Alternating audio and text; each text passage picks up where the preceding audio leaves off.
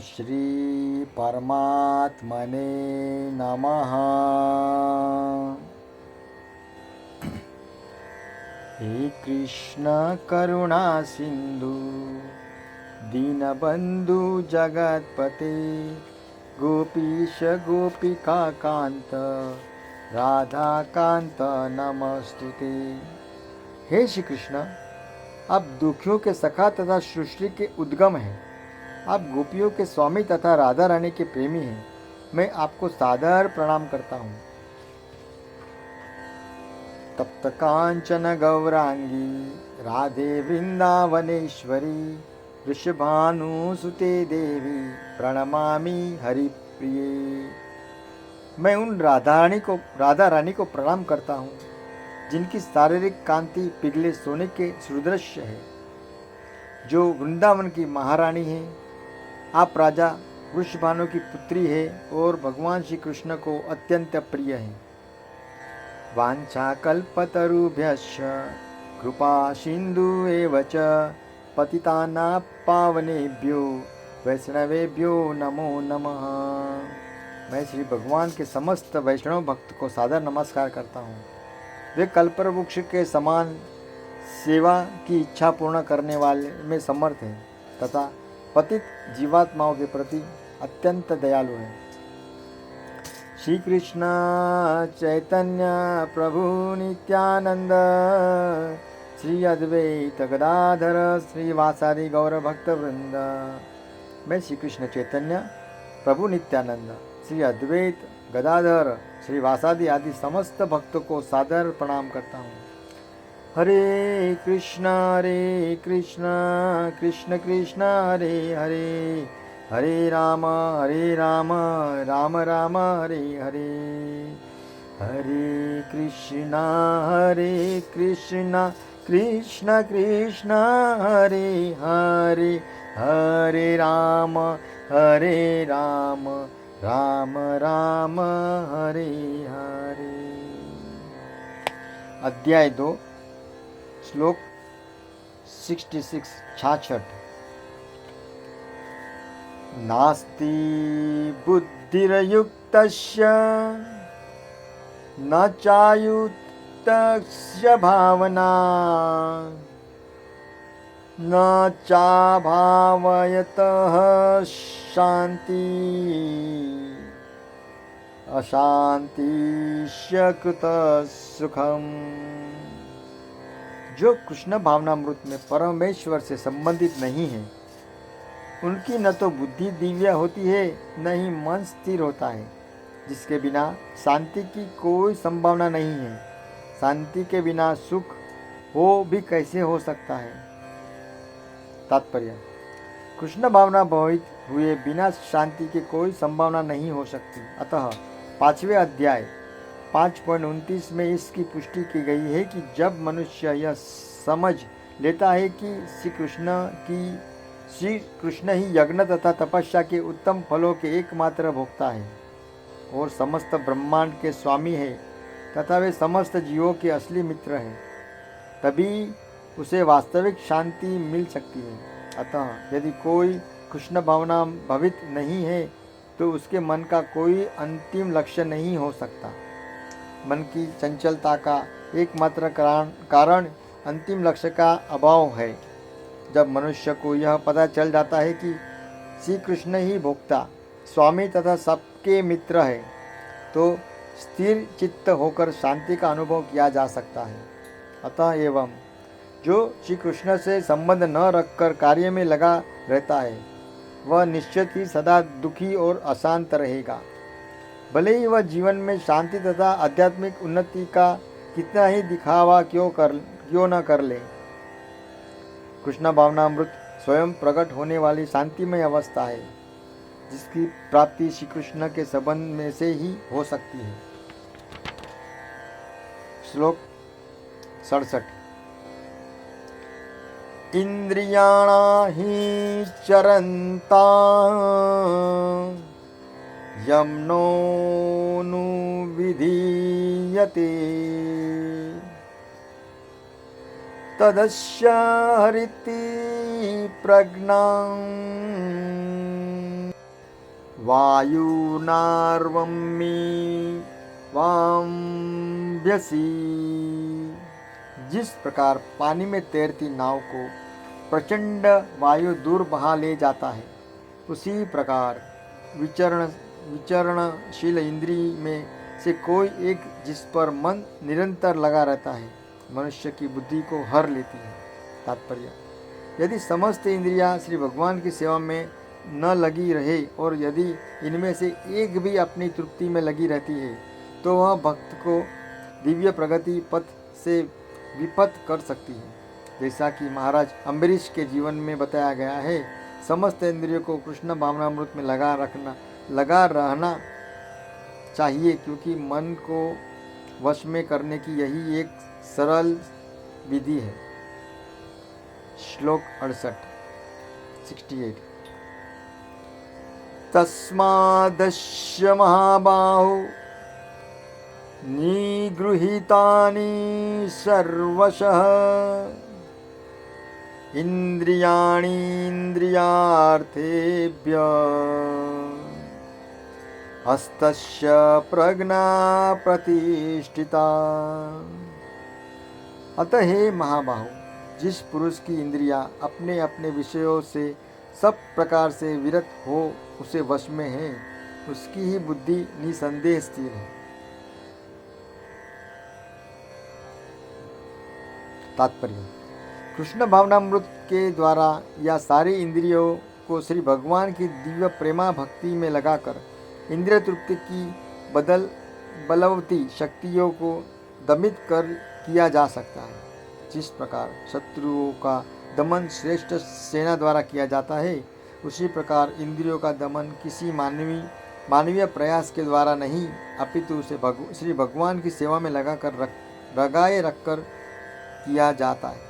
जो व्यक्ति यह हृदयंगम कर लेता है किसी कृष्ण भावनामृत के द्वारा बुद्धि स्थिर होती है और इस कला का अभ्यास प्रामाणिक गुरु के पथ प्रदर्शन में करता है, वह साधक अथवा मोक्ष का अधिकारी कहलाता है। श्लोक 69। यानिशा सर्वभूतानां तस्या जगति संयमी यस्या जागृत भूतानि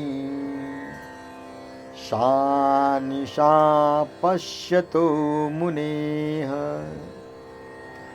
जो सब जीवों के लिए रात्रि है, वह आत्मसंयमी के जागने का समय है, और जो समस्त जीवों का जागने का समय है, वह आत्मनिरीक्षक मुनि के लिए रात्रि है। तात्पर्य: बुद्धिमान मनुष्य की दो श्रेणियां हैं। एक श्रेणी के मनुष्य इंद्रिय तृप्ति के लिए भौतिक कार्य करने में निपुण होते हैं, और दूसरी श्रेणी के मनुष्य निरीक्षक है, जो आत्म साक्षात्कार के अनुशील के लिए ही लगते हैं। विचारवान पुरुषों या आत्मनिरीक्षक मुनि के कार्य भौतिकता में लीन पुरुषों के लिए रात्रि के समान है। भौतिकतावादी व्यक्ति ऐसी रात्रि में अनभिज्ञता के कारण आत्म साक्षात्कार के प्रति सोए रहते हैं। आत्मनिरीक्षक मुनि भौतिकतावादी पुरुषों की रात्रि में जागे रहते हैं। मुनि को आध्यात्मिक अनुशील की क्रमिक उन्नति में दिव्य आनंद का अनुभव होता है, किंतु भौतिकतावादी कार्यों में लगा व्यक्ति आत्म साक्षात्कार के प्रति सोए रहकर अनेक प्रकार की इंद्रिय सुख का स्वप्न दिखता है, और उसी सुप्तावस्था में कभी सुख तो कभी दुख का अनुभव करता है। आत्मनिरीक्षक मनुष्य भौतिक सुख तथा दुख के प्रति अन्यमनस्क रहता है। वह भौतिक धातों से अविचलित रहकर आत्म साक्षात्कार के कार्य में लगा रहता है। श्लोक 70। आपूर्यमाणमचल प्रतिष्ठम् समुद्रमापः प्रविशन्ति उद्वत् यद्वात् कामायं प्रविशन्ति सर्वे स शान्तिमाप्नोति न कामकामी। जो पुरुष समुद्र में निरंतर प्रवेश करती रहने वाली नदियों के समान इच्छाओं के निरंतर प्रवाह से विचलित नहीं होता और जो सदैव स्थिर रहता है, वही शांति प्राप्त कर सकता है। वह नहीं जो ऐसी इच्छाओं को तुष्ट करने की चेष्टा करता हो। तात्पर्य: यद्यपि विशाल सागर में सदैव जल रहता है, किंतु वर्षा ऋतु में विशेषतया यह अधिकाधिक जल से भरता रहता है, तो भी सागर इतने पर ही स्थिर रहता है, न तो वह विक्षुब्ध होता है और न तट की सीमाओं का उल्लंघन करता है।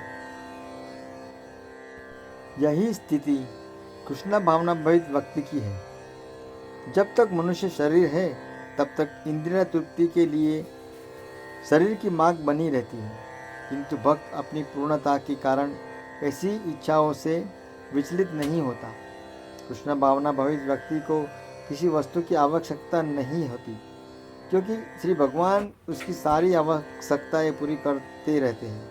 अतः वह सागर के तुल्य होता है। अपने में सदैव पूर्ण सागर में गिरने वाली नदियों के समान इच्छाएं उसके पास आ सकती हैं, किंतु वह अपने कार्य में स्थिर रहता है और इंद्रिया तृप्ति की इच्छा से रंच भर भी विचलित नहीं होता। कृष्ण भावना भवित व्यक्ति का यही प्रमाण है। इच्छाओं के होते हुए भी वह कभी इंद्रिय तृप्ति के लिए उन्मुख नहीं होता, क्योंकि वह श्री भगवान की दिव्य प्रेमा भक्ति में तुष्ट रहता है।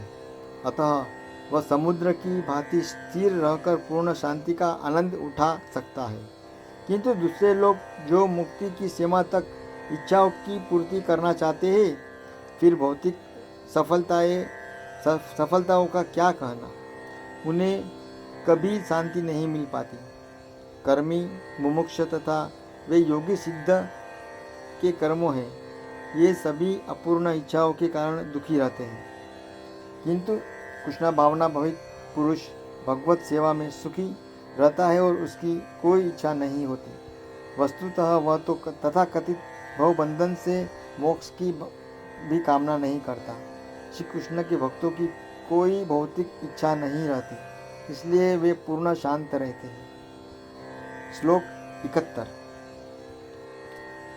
विहाय कामान्य सर्वान् पुमाश्चरति निःस्पृह निर्ममो निरहंकार स शान्तिमधिगच्छति।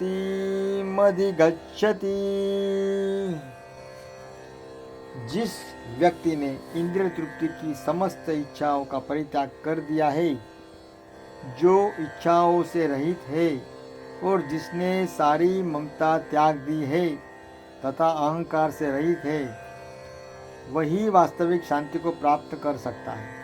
तात्पर्य: निःस्पृह होने का अर्थ है इंद्रिय तृप्ति के लिए कुछ भी इच्छा न करना। दूसरे शब्दों में कृष्ण भावना भवित होने की इच्छा वास्तव में इच्छा शून्यता तथा निःस्पृहता है।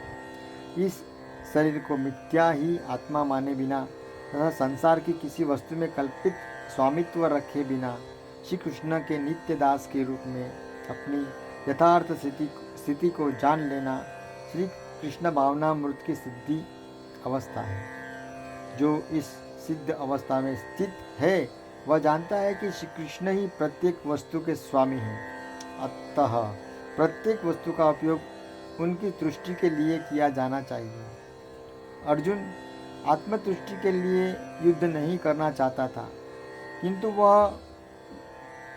जब वह पूर्ण रूप से कृष्ण भावना भवित हो गया तो उसने युद्ध किया, क्योंकि श्री कृष्ण चाहते थे कि वह युद्ध करे। उसे अपने लिए युद्ध करने की इच्छा न थी, किंतु वही अर्जुन श्री कृष्ण के लिए अपनी शक्ति भर लड़ा। वास्तविक इच्छा शून्यता कृष्ण तुष्टि के लिए इच्छा है। यह इच्छाओं को नष्ट करने का कोई कृत्रिम प्रयास नहीं है। जीव कभी भी इच्छा शून्य या इंद्रिय शून्य नहीं हो सकता, किंतु उसे अपनी इच्छाओं की गुणवत्ता बदलनी होती है। भौतिक दृष्टि से इच्छा शून्य व्यक्ति जानता है कि प्रत्येक वस्तु श्री कृष्ण की है। ईश्वा ईशाव्यासमिदं सर्वम्, अतः वह किसी वस्तु पर अपना स्वामित्व घोषित नहीं करता। यह दिव्य ज्ञान आत्म साक्षात्कार पर आधारित है, अर्थात इस ज्ञान पर कि प्रत्येक जीव श्री कृष्ण का अंश स्वरूप है और जीव की शाश्वती स्थिति कभी न तो श्री कृष्ण के तुल्य होती है न उससे बढ़कर। इस प्रकार कृष्ण भावनामृत का यह ज्ञान ही वास्तविक शांति का मूल सिद्धांत है। श्लोक 72। एषा ब्राह्मी स्थितिः पार्थ नैना प्राप्य विमुहति स्थित्वा स्यामन्तकालेऽपि ब्रह्म निर्वाणमुच्यते। यह आध्यात्मिक तथा ईश्वरीय जीवन का पथ है जिसे प्राप्त करके मनुष्य मोहित नहीं होता। यदि कोई जीवन के अंत समय में भी यह इस तरह स्थित हो तो वह भगवान धाम में प्रवेश कर सकता है। तात्पर्य: मनुष्य कृष्ण भावनामृत या दिव्य जीवन को एक क्षण में प्राप्त कर सकता है और हो सकता है कि उसे लाखों जन्मों के बाद भी न प्राप्त हो। यह तो सत्य को समझने और स्वीकार करने की बात है। खट्वांग महाराज ने अपनी मृत्यु के कुछ मिनट पूर्व श्री कृष्ण के शरणागत होकर ऐसी जीवन अवस्था प्राप्त कर ली। निर्वाण का अर्थ है भौतिकतावादी जीवन शैली का अंत। बौद्ध दर्शन के अनुसार इस भौतिक जीवन के पूरा होने पर केवल शून्य शेष रहता है, किंतु भगवद गीता की शिक्षा इससे भिन्न है। वास्तविक जीवन का शुभारंभ इस भौतिक जीवन के पूरा होने पर होता है। स्थूल भौतिकतावादी के लिए यह जानना पर्याप्त होता है कि इस भौतिक जीवन का अंत निश्चित है, किंतु आध्यात्मिक दृष्टि से उन्नत व्यक्तियों के लिए इस जीवन के बाद अन्य जीवन प्रारंभ होता है। इस जीवन का अंत होने के पूर्व यदि कोई कृष्ण भावना भवित हो जाए तो उसे तुरंत ब्रह्म निर्वाण अवस्था प्राप्त हो जाती है। भगवत धाम तथा भगवत भक्ति के बीच कोई अंतर नहीं है, क्योंकि दोनों चरम पद हैं। अतः श्री भगवान की दिव्य प्रेमा भक्ति में व्यस्त रहने का अर्थ है भगवत धाम को प्राप्त करना। भौतिक जगत में इंद्रिय तृप्ति विषयक कार्य होते हैं और आध्यात्मिक जगत में कृष्ण भावनामृत विषयक।